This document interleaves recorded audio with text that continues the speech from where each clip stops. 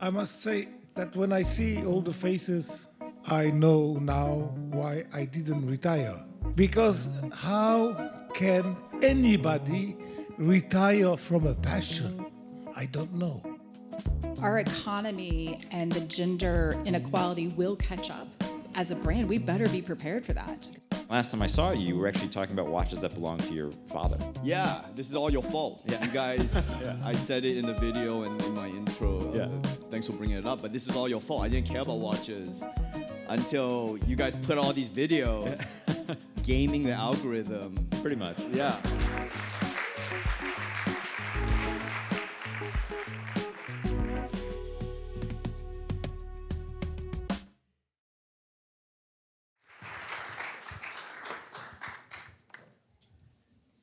Hi. How's it going? It's good. I've been with my board of directors for the past 4 or 5 days. So all I've been doing is talking watches, AP, and women. A lot. Women and watches. Ginny, how do we even get started? I feel like let's give a little bit of an intro to you. Okay. Maybe a little background for those of us who don't know your pre-AP journey. Yeah, so I came to AP in the heart of COVID in January 2021. And prior to that, I worked in a completely different industry. So I went from promoting $85 skin cream to $85,000 watches overnight. I was the president of Kiehl's, but was also a very storied and very loved brand. So I've been very fortunate. I've worked with several loved brands in my career, and those were 2 of them. And prior to that, I worked my way up the ladder and learned, I think, at the best school of thought when it comes to how to market and brand and putting the consumer and the client at the center of everything that you do. And that's a thought process and an idea that I've brought to AP. I mean, I've literally seen you leave a lunch and run off to go and meet a client at a boutique. Like, you are serving the client. And I think it seems to be quite a personal relationship, or many personal relationships that you've built. Yeah, I'm friendly with clients, yeah. Right? I think I'm so fortunate to work in an industry where our clients are the most fascinating people in the world. And so I learn from them, and you just learn and listen. And they tend to be very successful people. So there's a lot to learn and a great community to build from, too. Cool. What are you wearing today? I am wearing a white gold frosted 34 millimeter with a sky blue dial. Let's show the crowd. Yes. Yeah. So it's a lovely watch. But I also collect AP watches as well. Yeah, too. this is like your casual one. Yes. Yeah. That is true. We gotta flex on your AP collection. Okay, so I do want to sort of talk a little bit about, before we delve into the main crux of the matter, women in watches, a phrase that I sort of despise, but I know is it's very... better than ladies. Please, don't call us ladies. It's the worst. Yeah. The cultural kind of evolution of the watch industry and how AP is at the forefront of that, I talk about it a lot. What do you think kind of gives you guys the freedom and the confidence to partner with people that maybe wouldn't necessarily be traditionally thought of as, watch enthusiasts or collectors? Because you guys are pretty bold. I think we're like that, and I use fun in the American sense of the word versus fun in the European sense of the word. Like, we're witty and we're willing to be the rebel and the risk taker a bit in the watch industry. And while we appeal to large groups of people, sometimes we irritate a lot of people as well too. But I think because we're willing to take risks, we're willing to do things and not play things so safe, it affords us this luxury to think differently. And not just innovative in timepieces or a movement, but innovation in the way that we market and who we choose to work with. I feel like it's quite organic too. Like, it's sort of a cool clients that just happen to, like, Travis Scott was a client. Yeah, Travis was a client. I mean, that was like 3 years in the making. Like, we'd go hang out at his house and he'd be like, what do you think about this? John Mayer's perpetual calendar started out as a piece unique, and Francois, and he thought it looked super cool. They said, what if we actually turned that into a watch? And that's how that happened. And I can't talk about what's for the future, but it's people who've have a woven tapestry into the brand, and at least in the recent history. It's very organic in how that happens. There's nothing forced, there's nothing contrived. It is done based because that person, we admire them and they've admired us, and that's how it usually goes.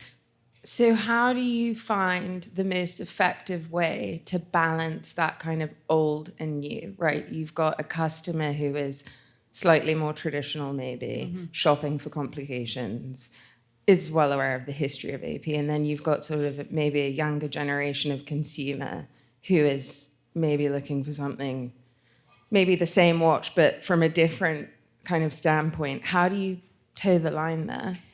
I think what's interesting about, I'll go back to the history, is that we were kind of founded during the second industrial revolution. So we always had kind of one foot in the heritage in the past and one foot in the future. And I think that's been pretty consistent throughout the history. And while I do think we appeal to collectors, probably the people who do read Hodinkee and know exactly what's going on, I think what the brand is doing, where we're shifting the focus, is recognizing that new generations and also women don't, just because we put out a press release or launch it at something called like Social Club or SISH or one of those, and put it on, and then Hodinkee writes an amazing article about it, that the world knows about it. That is not the case at all anymore for this generation. And so we are adapting our approach to recognize that there's segmentation, like the way that collectors collect and make decisions is very different than, say, a way a 28-year-old CEO female founder decides to start getting into watches. Oh, 100%, which is a great segue into our sort of more women-focused questions. Okay, I sent you a bunch of stuff. I'm just gonna get through it, guys. There is a gender binary, and it's sort of, as much as I get literally berated for using the word fluid, but it's 2024, like it's totally fine to say the word fluid.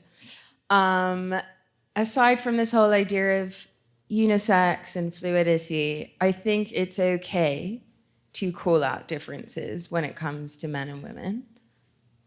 Do you believe, like, can these differences be celebrated if you do them in the correct way? Like the Royal Oak Mini, for instance. Like, that's clearly the way you've come at the marketing, is sort of very women-focused.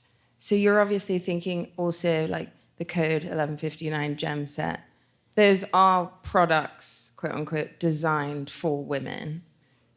I know there's this whole talk about watches being unisex, but how do you see this? I think that there's like, you can wear like a sweatshirt and it's unisex, but there are clothes that are significantly made for women and or designed for a woman's body versus a male body, and we celebrate all of that. And there are watches that are fluid. I would say like a 37 millimeter steel is, man, that's a tough watch to get right now because it's in demand for both men and women, and we've seen the increase in like a 37 millimeter size significantly increase, I think, in the past year and a half to 2 years, that does fit a man or woman. I also say, I did a picture of a Star Wheel earlier. That's a watch that I actually share with my husband because I love a 41 millimeter Code, and he thinks it's like a really cool complication. But yes, the Mini Oak at a nice little lovely 23 millimeter was specifically more designed like with a jewelry watch in mind, because you and I've had this conversation so many times before that women now getting into the watch industry are probably coming in at more from a jewelry angle to begin with. Yeah. And then understand through, education sounds like such a harsh word, but through the curiosity and desire to learn, then understand more about complications. Well, I think you have to just be okay and accept the fact that women are sold things different. Like, what appeals to us is maybe slightly different to what appeals to the male consumer, which is fine. It's sort of the point of entry is different. But then it's like they too would like to be involved in the kind of complicated side of things and learn and feel like they can ask questions and be taken just as seriously. Absolutely. I mean, what we're talking about is, I'll give you an example. We did launch the Mini Oak. It was into May, beginning of June. We did an event in LA with some amazing kind of female influencers, but they're actually, that's just like one dimension of who these women were. And then we also did an event with Goop at the end of the summer out in the Hamptons, also with that type of female founder, influencer, dynamic woman. And this is their first time basically hearing about Audemars Piguet. Yeah. 90% of those watches were sold to self-purchasing women. So yes. We're going to break that term down in a minute. But I will say, what's interesting enough, I can't tell you where they are because we never reveal data, but there are 2 men who have bought that watch for themselves.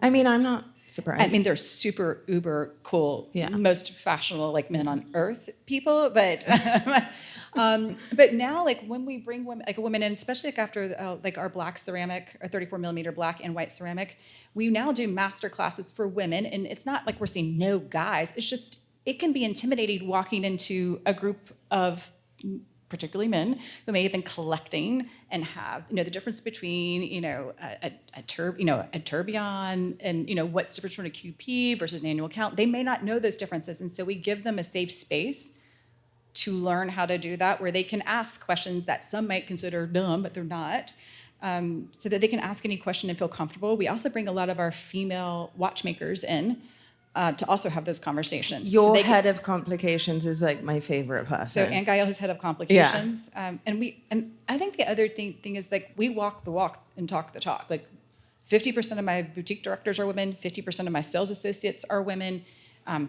60% of my leadership team is women, and now 50% of the regional CEOs are women, and now our global CEO is a woman. Hats off. Also, I think you speaking about setting up events for a sort of safe space environment. I mean, we even threw an event together where I invited a bunch of girls who are really interested in watches. They just don't want to go to traditional meetups because they don't want to ask a question and sort of have, somebody sniggering in the back of the room, and I know how that feels. I would say also the boutique experience is equally as important. You want it to be a welcoming environment for the self-purchasing woman so that she can also ask questions to the boutique directors and staff. Yeah, and we're speaking in a different way and utilizing different words and different vocabulary, and also expect that their decision journey is going to be different for a woman potentially for a man, and also explaining to a woman that, hey, that may take 6 months for that to show up. They're like, what? Like that's new to them, and explaining the reasons why, not because of but we explain the reasons why through this is what it takes to put a movement together. This is what it takes to like polish every piece. This is what the size of it. So by educating on that, they then have a clear understanding of what it is. I think one of the other things that we're doing differently is I go back to way historically watches have been launched or released is very different for women. They, for them, the trigger purchase is different. It's not because a watch has been released. The trigger purchase is, I want to reward myself, or I want to add something to my collection of jewelry or watches. It's not done on a timeline of everything's launched in February and March. It does not work that way. And so we even work together. Yeah. So we've created more content that is evergreen, so that when she is wanting to purchase and she goes to a search engine, which is what she typically does, or goes to her friends and puts we now have content for her that makes sense, that helps explain to her why watches are not only a good thing to invest in, not from like a secondary market, but just like what the value of watches is, what the history of watches is. So we're speaking to them in a much more approachable way. I also think there's no shame in kind of admitting that women are coming at this from a similar perspective to jewelry and other accessories. It's like that's the point of entry. That's how you see it in the beginning. They're beautiful objects, and being into something from a lifestyle or sort of fashion perspective is no less virtuous than being into the mechanism inside of the watch. No, and let's admit, not all there are people who collect watches that wouldn't call them collectors. Yes. And they wear it because, you got a Royal Oak on, or you've got a Patek on. Like, that says something about you. So, why is that any different? It's not. It's not. No. Point blank. So, given that women also women, that's a very blanket term, obviously. When I think about the watch market, and I was discussing this with some members of the audience the other day, why is it that men are given so many choices and different sort of personas to lean into when it comes to like the product. There's a plethora of product available for men out there. And then women have to fit into this little mold of, here you go, here's some diamonds on the bezel. Here's some, pink and fairies and whatever. It's like, it's not so complicated. It's like, maybe just make a few more options. And I think AP speaks to that really well, because you've got the black ceramic, you've got the gem set stuff, you've got the different sizes. It's just about variety. It is. And I think that the opportunity, and like actually released the RD3, which is an ultra thin tourbillon. We released that in a 37 millimeter with a purple dial. Amazingly enough, probably 50, 60% of the people who wear that watch are women. It's a sick watch. It's an amazing watch. Yeah. And it really is. So we're starting to see that. I don't want it's not a one size fits all for women. I have women collectors that many people in this room would be going, damn, if they actually saw their collection. And be like, holy blank, blank, blank. Yeah. That is amazing. So it's not a one size fits all approach with women at all. And I have a female client who's based in New York City, and she only wears 41 millimeter. Yeah. And she rocks a 16202 XD like a badass. But that woman could also be into a mini if she wanted to be. Absolutely. Like, I feel like it's quite straightforward. The solution is quite straightforward. You just don't put labels on anything. And and while a watch may be designed for a smaller wrist, that could be a woman, there's nothing stopping a guy who typically maybe wears a 43 millimeter Royal Oak offshore from wearing, that would be funny, but from wearing it. Yeah. I think there's this whole argument about proportionality and making sure that if you're downsizing a watch, you're kind of keeping the dimensions intact. And it makes me think about Jacqueline Dimier, who was the first person to resize the Royal Oak. And it's not actually super easy to do that. It's not like you just put it in CAD and shrink it down. So I think it's, obviously there are things to take into account there, but I think you guys have got the variety down. And I think our future is definitely about that variety. Yeah. Because your point, it's not all about putting diamonds on the bezel and go, here you go. But I like diamonds on the bezel. Yeah. But it's my choice to wear diamonds my on choice. Yeah, exactly. Yes. Thank you. That should be your next campaign. Marketing, again, another situation that I am often confronted with, and I sort of think, who is sitting there deciding on these images, these campaigns? I just need to know, because they're just not speaking to the modern woman, at least not in my view, not the modern New York City woman, or, I don't know. It's just quite antiquated, I would say. Do you think there is a world in which marketing for watches could sort of maybe take a little bit of inspiration from, fashion? And I even think from beauty too, because I think that's a good point. Women wear foundation. I don't know if you know this, and we come in all these different skin tones, and we do swatches on the wrist. And what's interesting, not to go back to the mini oak and like continue to talk about, but it does come in white gold, rose gold, and yellow gold. And women are making decisions. And this was an eye-opener for a few people, maybe not are not women, that she was selecting it based upon how it looked on her skin tone. Not like what my wedding ring is or my earrings are. It was how it laid on her skin. And that, to me, is not necessarily it's a new, but that is up front and center when women were trying on that watch. They picked it based upon how it looked with their skin. Do you think that has been sort of, during your tenure, the most sort of buzzy launch for women? The demand that came from that launch was something we had not seen, I think, probably since the 50th anniversary of Royal Oak in 2022. How could we forget the 50th anniversary? You can't. So I think that was, and it was done in a different way than the traditional launch was done. I think that's part of the reason why. And we actually designed it to speak to women, because I've done a tremendous amount of research here. I've worked with research companies to really understand like how women are making these purchase decisions, what triggers that. And we look at it compared to men, and then we adapt the campaign, we adapt the approach to reach them. And so it worked. So what are the triggers?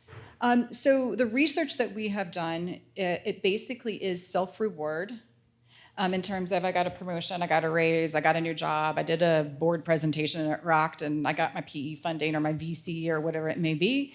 But then it's also, I look like a badass in that, and I'm gonna buy that instead of da. Right. So, and it follows, if you look at the natural course, of course, our deliveries don't happen like the natural course of demand would happen, which is usually in the spring because our circadian rhythm tells us time for new around March or April. There's a reason why Vogue magazine looks the way it does in March. And then the circadian rhythm, again, in September, October, because we're changing seasons. And that's when we see that uptick. And then also September, October is important because it goes into holiday. And while she may not be purchasing herself for holiday, she is making the decision for her significant other to purchase it for her as a gift.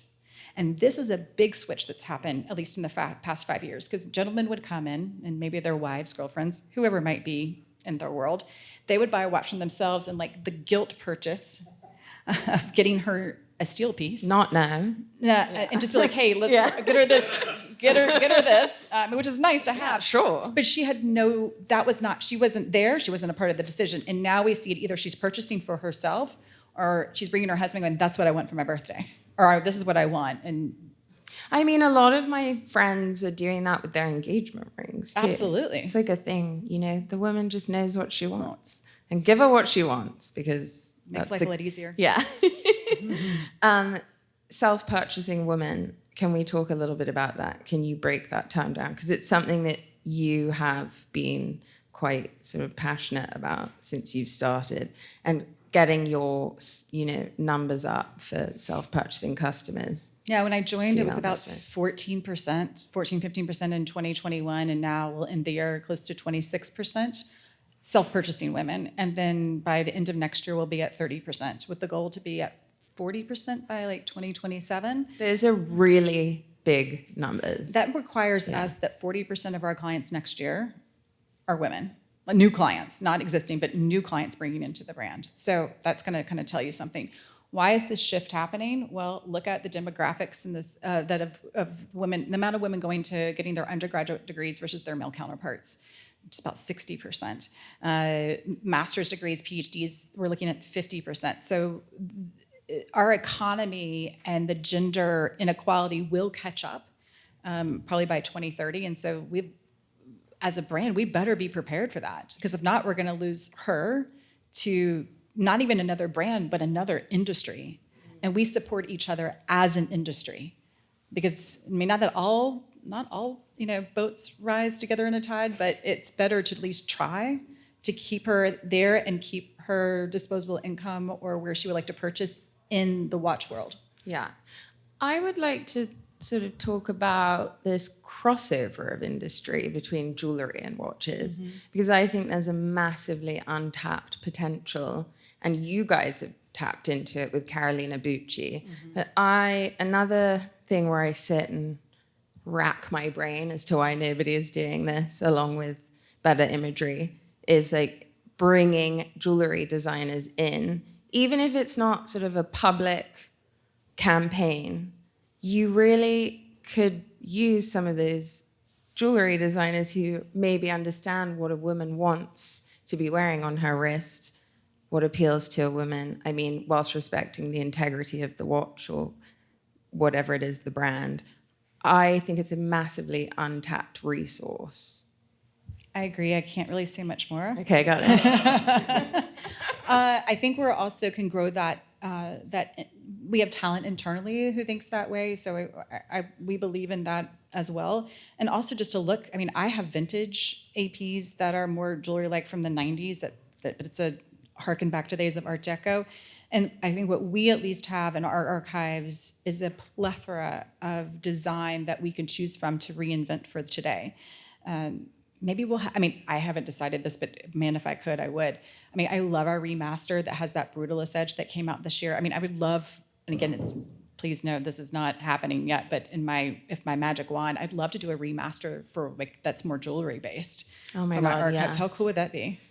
If you haven't been to Le Brassus and been to the world's most ridiculously designed museum, you need to go, because every sort of Oh my God, there are so many jewelry watches in your like little vintage section. It's nuts. And think about women's pendant watches, because of the small complications and the parts that had to go in, they're really influenced Yeah. the wristwatch and like what went into it. So there's a history of women in there that I think we can delve into it. But to go back to your point, yes, I'll even go back further. There's an opportunity to have watches maybe seen from a female gaze in terms of how it's presented to women in a different way. And then I also think that there is an opportunity to learn from jewelry. I think certain brands are doing it beautifully. I think Cartier has done a terrific job of marketing to women in a different way through more of a jewelry and design lens, because Well, they are a jewelry brand. they are a jewelry brand, right? Yeah. And I think AP now really understands that style and like how that references your aesthetic is super important, without discounting what makes collectors love the brand. We can be two truths at the same time. Yeah, I think that's what I was asking earlier. Yeah, you can do It's both. like, you- Hope again. yeah, I think you're doing it. So just final thoughts on sort of the future of what you're up to, and where would you like to kind of see? I know this word community is sort of also a bit of a rough one, but it's an important one.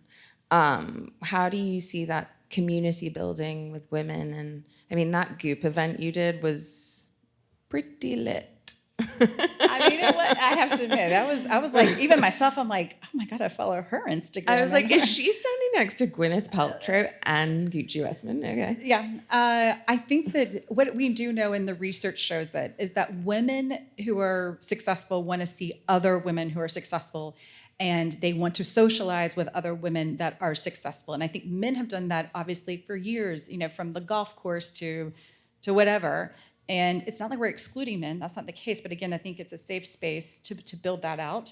And I get to hang out with some of the most dynamic, coolest CEO female founders. Like, I mean, you've always said that to me when we were planning our event. You're like, I like to take these events as opportunities for women to be in a room with other successful women and network. yeah.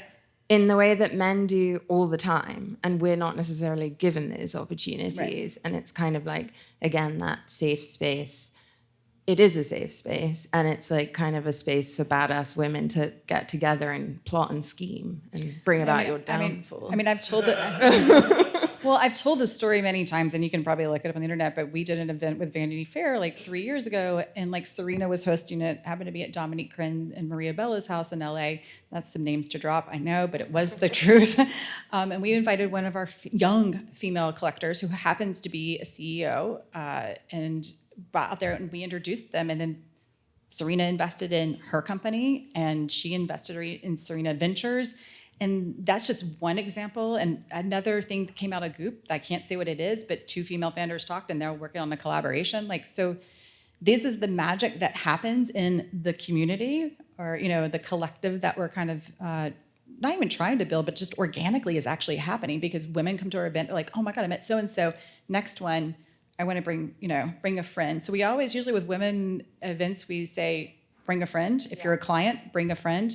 And I just think, I mean, your event that you did with Kara was awesome. People made friends. Like, people from that group that night who didn't know each other, like, I've since gone to dinner with, like, a group of them. So they work. Yeah. And then I suppose I am going to wrap this up and leave it to you guys in case you have any questions. Burning questions. You have a burning question. Okay. So first of all, I can just talk about that, I guess. Thank you for being here. You're the first non-Hodinkee staff person to be on the stage in 3 days, right, as a woman. Given that we're talking about women and watches, I think that there's an important component around how women's perspectives, their earning power, so their buying power, their positioning around like what they can consume and purchase is changing. But also generationally, you're probably like, if this is not already happening, you're going after like younger purchasers, and younger purchasers for $85,000 watches look a certain way. How does the sort of AP organization and marketing in particular like think about what's happening today and what's happening tomorrow, and whether that will continue to change as rapidly as it has? Because I believe actually AP's marketing has changed the most rapidly, probably in the sense of like, other than independence, any like large sort of horology organization. So I think your observations are totally correct, but you would even see like our campaign, which was kind of labeled Seek Beyond. We wanted to show the diversity of our client base. Like that's not just like some made up thing. Like our client base, I mean, other than being so, like economically very able to do this, is extremely diverse. And I think that we needed to catch up, and we did catch up to reflect that diversity, and want to continue to do that, because that's the way of the future. And I think kind of the classic traditional ways doesn't really appeal to our client base as much, even our existing client base, or at least they're open-minded enough to recognize we have to speak in a different way. And it's not even just like the print imagery or that imagery, it's like doing it in a completely different way, and understanding the fact that 18-year-olds are on TikTok, they're not on Instagram, right? And so that content has to look different. And when it comes from the brand, it may feel artificial. So who are the cool content creators to work with? So you have to really stay ahead. The good news is that we have such a young client base. Like we have people in the music industry that are 27 and 26 years old are making the music for the up and coming. It's like we have really honest conversations with our clients. We pick their brains all the time. We try to spend time with them to understand what's not only happening to them, but like the world around them. And we utilize that information, not in an evil way, but just to be more relevant, and hopefully humble and empathetic, as well too. I think that what we try to live at AP is this life of humility. We're carrying on a legacy, which will be 150 years next year. And we have to think about for the next 150 years. And with that lens, you think about the world around you a little bit differently. Had a question that was really more rooted in getting some of your observations as a woman, as an American, as someone who is a watch industry outsider prior to AP. What are some of the blind spots, for lack of a better characterization, that you may have observed when it comes to connecting either with folks internally or outside of AP, when really trying to get them to understand and appreciate the importance of this inclusion component?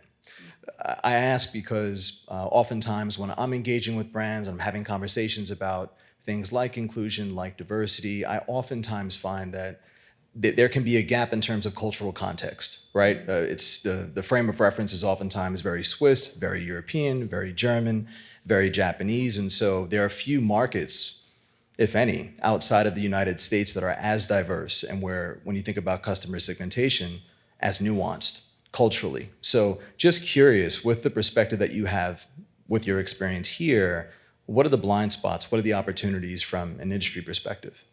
I think first of all is that the center of the world may not center around Switzerland. Even though that's our home and that's like where we were born, like that's where the brilliance came from and the resilience, I think specifically of AP came from. What I would say is that yes, everybody has blind spots. Where I will give credit to AP are two different things or three different things. One is that the US is the biggest market for AP, and we don't forget that. Two is that I have with my team, and the way my team is reflected, looks like the diversity of the United States market. So if you go to 57th Street or the AP House or AP Los Angeles, you're gonna go in and you're gonna see most likely people who look like you would hang out with. And I think that's really important. So you can't talk about diversity and then have everybody be a white 43-year-old dude. Like that just can't happen. And that doesn't happen with us. Where I do think is that you have to make sure you're not in an echo chamber. Like I work at Audemars Piguet. If I said that to any of you, you know exactly what Audemars Piguet is. And you could probably tell me more about my brand than I even know because you may have studied every single piece from the history of, since the start, is to recognize not everybody knows the watch industry. And so like, don't judge people because they don't know the watch industry. Like, let's be an open place where people want to come into. And I think maybe coming from beauty, we had to be super inclusive and think about anybody potentially as a client. So, somebody who might be 18 years old right now that can't afford to rub two dimes together or trying to like make their way through college in 10 years, may be the CEO of their own company. So like just basically treat everybody with respect and humility and no judgment. I think that could be not a blind spot for all, but could be a blind spot for some. And I do think you need to take yourself out of the country of origin sometimes and go around the rest of the world and to understand this. And that, I'm like, how fortunate am I? I just spent, like, I've been with the board of directors since Friday, traveling this country, showing them different parts of it, like taking them down to Venice Beach, you know, and seeing what's happening with the roller skating and the skateboarding, and then driving them into this neighborhood and that neighborhood. And I think that the fact that you have a group of people that are that interested in this country and willing to spend that amount of time here means a lot. So I think if we can, again, just continue to open ourselves up, again, and live no judgment, curiosity. That was the other thing. I mean, when I came into, I have to admit, when I came into this industry, I thought, well, that can be that complicated. Woo, it is. It is that complicated, and I think that especially when you come into it, you have to. I mean, it took a year just to absorb, and then I think the things that us who are in there now need to kind of continue to have that thought process of continue to absorb, continue to learn. Things are going to change, and just go with it. As a CEO, like what's like the North Star for the business, like, and how do you, just keep the entire organization motivated, because like the product is selling regardless, with such demand. I don't know if it's selling regardless. I mean, I don't. I think if you came into our store or to our boutique and you had a really awful time, and you went and told 10 people that you hang out with, it sometimes when you're this successful to sustain that and maintain that is not the easiest thing to do. And so what we focused in on, while the product maybe did sell itself in 21 or 22, is that we have to make sure, even if you get a no at the first time, not a no, but like we don't have that available at this moment, maybe, is that when you spend time with us, the time is meaningful for you, you feel respected, and you feel heard. And we're not perfect. We still have room to grow with that, but that is that putting the client at the center of everything we do and creating an extraordinary client experience, even if you didn't leave with a watch, that is what we're trying to get to, right? And that you feel a part of something, even you may not own a part of something yet. Obviously the market's softened up a bit, but we're very fortunate. We're still very much in demand, but it takes time to explain a watch you may not have heard about. Because not everybody who walks in the door gets a jumbo, right, on their first try or their second. Kidding. But we have to be well educated, and not only do we have to know about AP, our team, but we need to know about the other brands that you're wearing on your wrist, so that we can have a meaningful conversation of why do you love, that day date from Rolex? Oh, because of this. Oh, that's great, and we know just as much about it as you do. So that's what we're always striving to be. We're far from perfection, but that's what we're trying to get to. Thank you. Love hearing the vision, thinking about young collectors, young female collectors, people who are making it and doing well. I'm very happy that one of my very best watch friends is a woman in her 60s that just found out, literally, less than a year ago, that we existed. Like this group of people that get together and take wrist shots and all of that. And she's so happy. She loved watches her whole life. She's from Brazil, so very, different culture in many ways. Quite sexist, and I feel like she wore many cool pieces, but always kind of like hiding her piece and all that stuff. This is what she tells me. I'm learning a lot from her. And she's now basically doing all the stuff that I've had, 5-8 years to go deep in watches, and she's doing all of that in literally like a few months, right? She's super deep. And my question to you, parallel to your journey on fetching and attracting and retaining new clients, have you come across people like that are interested and love it, but maybe don't have a community, or just like watches, but sort of as this object and not really this geeky thing that we all, get here to enjoy? I have a lot of female collectors who are more like, they want a community, but they necessarily haven't found that particular community. But a lot of, we've done a lot of events recently with actually 15 female collectors out on the West Coast, where they didn't know each other before. And then they got together and it's like, oh, there's people like me out there, right? And then now they've become, to your point, great friends and meet up and have just like a lot of you guys, have like a what's up chat group about what should I just get, and here's the reason why. So now because we've created spaces and opportunities, we start to see that more and more and more. And I actually I hosted one maybe 8 months ago, but they brought their spouses as well too. So it's not just ladies only, which we love that word, but yeah, that's exactly what is happening. Even myself, I mean, I started collecting watches when I was about 12 years old and had collected them my whole life. They may not have been at the level of AP, but I loved watches for all the reasons, and so we're starting to see that more and more. Absolutely. Any final questions? Okay, hang on. Okay. And this is all I'll be women, very so quick with we it. might have to go over the time limit. I have so many questions, but I will save them for you one-on-one later. First and foremost, I want to say thank you, because you and the AP team really have made a huge change from 10 years ago, even 5.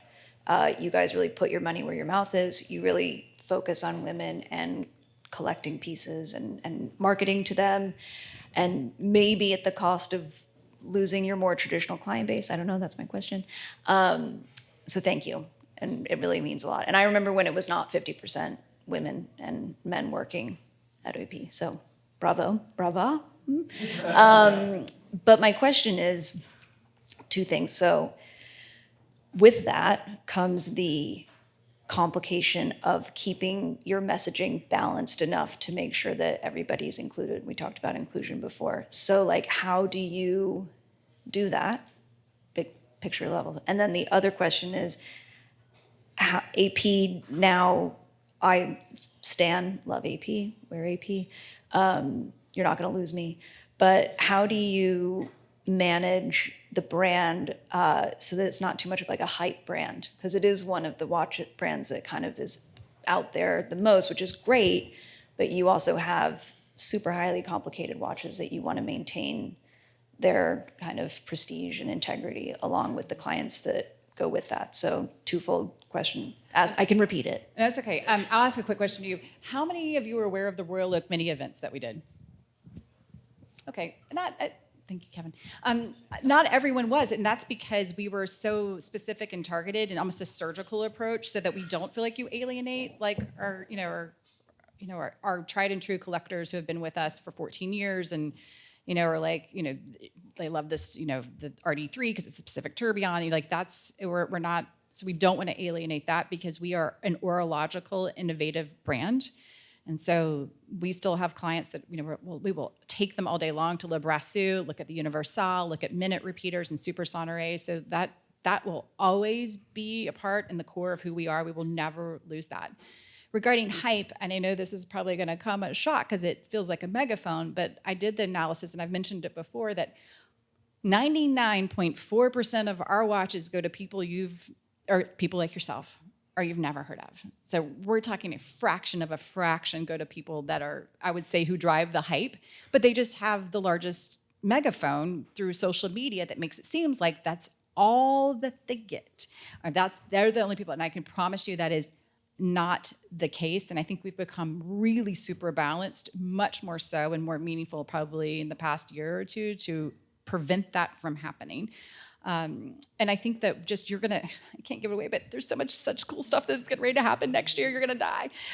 So I think that because the fact that Ilaria in particular is so focused on innovation and driving innovation with our R&D team, that will never stop at AP, ever. It is what drives us. If the client is queen, the product is king, and so they both have to live together. I like that.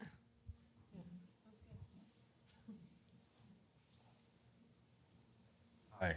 Thank you for joining us. It's very, very insightful.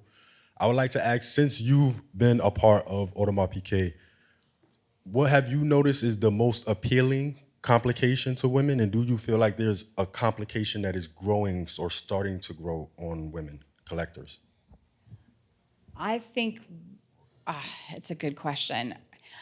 I think at first, and I'm gonna be honest, I think that a perpetual, obviously a chronograph being a very simple complication, but I really feel like it's going to go into the perpetual calendar world because I think of storytelling, of time, the complexity of time is going to be there. Also, partially because of a price point, right? Like our QPs are in the still rate, you're in the 70s going up to the hundreds, and while a tourbillon is at a very different level. Not that we do have women who wear tourbillons and concept tourbillons, But I really see that, maybe it's because it's also my favorite complication, maybe a little biased. So I can definitely see that interest of how it works. It tells time for 150 years over leap years. Like that is like, how does that work? And it immediately creates curiosity. So I kind of see that as a complication. I'm pretty sure that's Kara's favorite complication. Yeah. Okay. Good. Yeah. Thank you, Kara. I forgot to talk about that. Sorry. Yeah. Yeah. So that's where I see, and I think her male counterpart is the. I mean, again, I think that's it's again my favorite complication. That's okay. Any last questions? Okay, these last two. Yes. Ginny, Michaela, thank you so much for the very insightful talk. I thought it was interesting how you mentioned previously women were kind of the accessory to men coming in, and then they were getting the like, I'm sorry present for spending so much money. I'm curious if now you're seeing the reverse, where women maybe are coming in, not just asking for watches for themselves, but maybe influencing men's purchasing decision. Like, I think maybe this suits the style I want to have as a couple, or maybe just discussing it, enjoying watches together. Do you see more of that? I think we see a lot of it, but we do see that where maybe they discovered it together, but she does buy a present for him. And also I see a lot of moms getting their sons into watches versus dads getting sons into watches. That is so interesting. Yep. They come in with their moms, or the mom brings them in. That's the new phenomenon that's happening. I need to write about that. Okay. Question over here. I've really enjoyed listening to you talk today, very inspirational. I am fortunate enough to work on the brand side. So I'm a woman in the watch industry. I'm also fortunate to work for a brand that hasn't quite tapped into women yet, which I know sounds counterintuitive to what we're discussing today, but I do see a ton of opportunity. And I just want to know, I work very closely every day with Germany and Switzerland, and I know it can be a challenge sometimes to hero the American woman and to get your point across in a way that they understand it. So I'm just looking for some advice. What advice would you give someone like me who's having these conversations every day, trying to fight for what I believe is a huge opportunity in a huge market that shouldn't be ignored? To me, facts don't lie and data doesn't lie, and we present the facts and the data, let it speak for themselves. I don't present anything as intuition and gut. I really present it as facts and data, and then we lead into a conversation where your like personal opinion can come in. I just studied the Swiss culture. It took me about a year to figure it out because I thought, hey, I worked at a French company. I know how this goes. No. I respect that culture, but it's more about consensus. And so it's really having to be diplomatic in a different way than in the US. You're like, but it says this, this, and this, so this is what we should do. Like boom, boom, boom, boom. And no. And it was a hard lesson for me to learn, but I took a humility pill and figured it out. So now I'm much more subtle in my approach. And then again, facts don't lie. I mean, what we're seeing in China versus what we're seeing here, US still feels like an emerging market, for goodness sakes. And we see luxury doubling down every day. I was just in LA, and like the amount of real estate that's happening on Rodeo Drive, the amount of real estate that's happening on Fifth Avenue, luxury is here. And if they're not taking advantage of that, then that's when you're gonna lose market share. And then that's a fact. And on that note, thank you, Ginny. Thank you, Malaika.